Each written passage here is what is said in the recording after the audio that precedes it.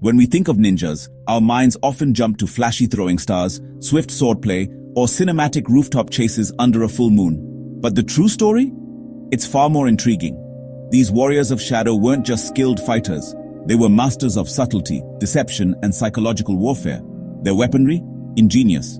Not just built for destruction, but for strategy, control, and survival.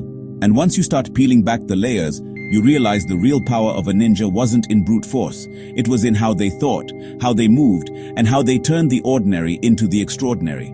Let's start with something that perfectly captures the ninja mindset, the kagwa. On the surface, it's just a rope with a grappling hook. Simple, right? But in a ninja's hands, it became a multifunctional survival tool. Imagine sneaking into a fortified castle in the dead of night, where every creak could cost you your life. There's no way in through the gate and the walls are too steep to climb unaided. This is where the kagwa came in. Silently thrown, it let a ninja scale walls undetected. But its utility didn't stop there. It could be used to trap enemies, anchor boats during secret water missions, or create a fast escape route when everything went sideways. It's this kind of adaptability that made the ninja so feared. Not just the ability to fight, but to improvise under pressure. Now imagine walking through a crowd. Nobody's paying attention to the quiet person wearing a simple leather neckband, but hidden inside that band, a razor-sharp blade known as the shikoro. One swift movement, and it becomes a deadly weapon. It wasn't about aggression, it was about precision. A single silent strike at a vital point, and the job was done. Sometimes the blade was laced with poison to make sure there were no second chances. That's the chilling beauty of the shikoro. It's not the blade itself, it's the illusion of harmlessness. The ninja didn't just carry weapons, they were weapons, blending into the background until it was far too late. And then there's the kama. It started out as a basic farming tool, used by ordinary people in ordinary lives. But the ninja saw something else. With its curved blade, the kama became a weapon capable of slashing, hooking, and even parrying attacks. What makes it so fascinating is its disguise. Who would suspect a farmer walking down the road? That's the genius. The ninja didn't draw attention, they used familiarity to their advantage. That's a lesson right there. In a world obsessed with standing out, sometimes power lies in not being noticed. But perhaps the most cinematic of them all is the Kyoketsu Shoge. This wasn't just a blade, it was an entire arsenal. A double-edged knife, a hook, a chain, and a metal ring. Each part played a role in both attack and defense. A ninja could slash with the blade, entangle enemies with the chain, or even use the ring to climb surfaces or bind limbs. It was about range, unpredictability, and complete control over a fight. If the enemy didn't know what to expect, they were already at a disadvantage. This kind of weapon reminds us that real power doesn't always look loud, it often looks calculated.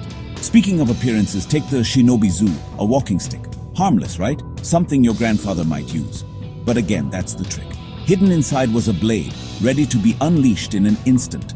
The ninja could walk straight into enemy territory posing as a traveler, strike when no one expected it, and vanish just as quickly. This wasn't just about being sneaky, it was about using perception as a weapon. In life too, people often underestimate what they can't immediately see. That's a lesson we can all take. Never judge too quickly. What looks harmless might just be hiding its true potential. Now, let's talk about something more explosive, literally. The horokubya was essentially a primitive hand grenade. A small ceramic or metal sphere filled with gunpowder and lit with a fuse. It wasn't just about causing damage. It was about creating chaos. A sudden blast would throw enemies into confusion, giving the ninja time to escape or slip past unnoticed. It's a reminder that not every battle is won through confrontation. Sometimes the smartest move is misdirection. Create noise in one direction and move in the other. In a world that values hustle and noise, the ninja taught us the art of stillness and timing. Of course, no discussion about ninjas is complete without the shuriken. The throwing star has become a cultural icon, but few realize how versatile it actually was. It wasn't just about throwing. Ninjas used it for slashing in close combat, embedding them in the ground as traps, or leaving them behind as distractions. They came in different shapes and sizes, each designed with intent. A shuriken wasn't a flashy toy, it was a tactical tool. It shows us that even the smallest things, when used correctly, can create massive impact. Sometimes it's not the size of your tool, it's how well you understand its potential. And then, we come to the chakra blade. Unlike other weapons, this one isn't just physical, it's spiritual. It channels the energy of the user, intensifying their intent, amplifying their focus. Picture this, a blade glowing with the user's inner strength, cutting through obstacles not just with metal, but with will. In many ways, it's symbolic. The chakra blade is a reminder that our true power doesn't come from what we hold. It comes from within. When mind and body align, that's when we're unstoppable. So, what does all this tell us? Beyond the cool factor and the stealthy moves, the ninja way of life was rooted in awareness, adaptability, and deep inner control. They didn't just train their bodies, they trained their minds. They knew when to act and when to wait, when to blend in and when to strike. They turned fear into focus. They saw opportunity where others saw limitation. And maybe, in today's chaotic, hyper-connected world, that's something we can all learn from. We're constantly bombarded with noise, from social media, from expectations, from our own thoughts. But ninjas? They thrived in silence. They found power in restraint. Their strength wasn't just in their weapons, it was in their way of thinking.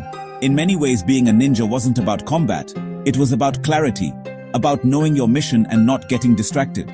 So maybe the real question isn't what weapons did ninjas use, but what kind of mindset did they carry into battle? Because when you start thinking like that, strategically, calmly, with purpose, you begin to move differently. You become more aware. You stop reacting and start responding. And just maybe, that's when you begin to master your own version of stealth. Not to escape the world, but to move through it on your own terms. If this dive into the mysterious and brilliant world of ninja tools sparked something in you, curiosity, inspiration, even just a sense of wonder, then maybe it's time to explore deeper. History isn't just about the past, it's about how we choose to carry its lessons into the present. So tell me, what hidden strengths are you carrying?